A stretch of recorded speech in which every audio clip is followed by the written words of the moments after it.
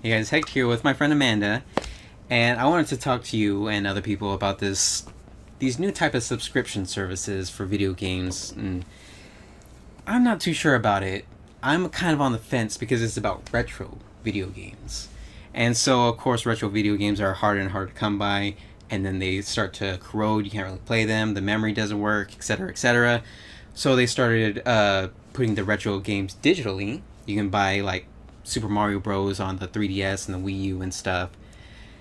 But then they didn't really have kind of backwards digital compatibility. So once you bought Super Mario Bros. On the 3DS, you also had to buy it on the Wii, and then you had to buy it again on the Wii U, and then you have to buy it again on the Switch probably whenever it comes out. So instead of doing that, they say, how about you just give us like $10 a month, and you can play all these games for however long you want to. Some of them are retro games. Some of them are some AAA titles. EA has their own service too, where you can play like the latest EA games and Battlefield and stuff. But then they also have some retro games. So how do you feel about these like subscription services? Sort of like GameFly? Sort of, but it's all digital, and you just download it.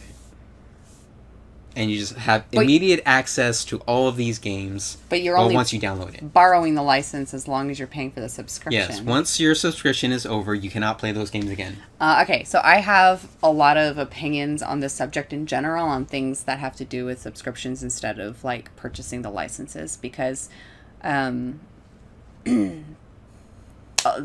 corporations really kind of have you by the balls in that regard. So it's like, if you get screwed one month, like I remember when I was super broke, like video games were the only thing that really got me through it. But if we're going into like a new generation where all we have is subscriptions to play video games, we're all gonna get fucked if we're poor.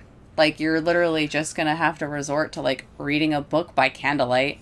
No, I'm just kidding. But no, but really, like I understand where they're going, and I can't really honestly differentiate if it's because I'm older that I disagree with it, or if that's just like a safe direction. Also, I'm kind of like tin hatty when it comes to like shit like that, so I don't think these are still kind of new, even for the kids. It's a new feature or a new program, so the kids still aren't too sure if it's gonna really fly. And it's just going to be more expensive in the long run, because I mean, if you continue to, I know it's just $10 a month, but that's $120 a year.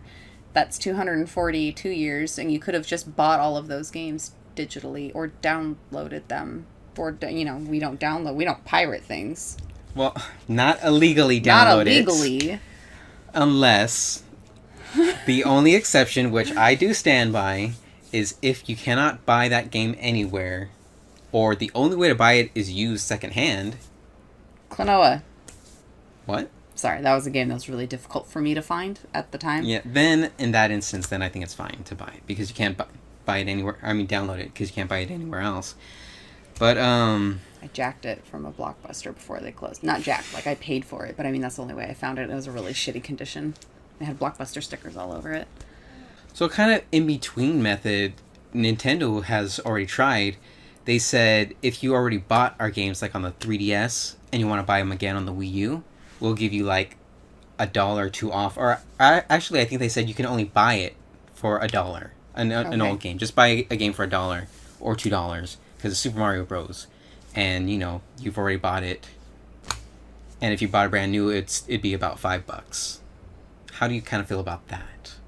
So that kind of system, like an awards system. I see that Nintendo looks like they're being the good guy because they're doing, but it's just a lesser evil. I still don't. Yeah, because you're still buying the same game over and over, but on different platforms. Yes. Yeah. Well, that's also kind of why I've been gravitating more towards PC. Mm-hmm. Because with PC, it's just your games are always there. You don't really have to worry too much about backwards compatibility. You kind of do with operating systems, but there are some workarounds. I'm not going to get too much into that tech with that. But still, you don't have to worry about your whole console crapping out. Like, oh, my PS2 doesn't work anymore. That's it.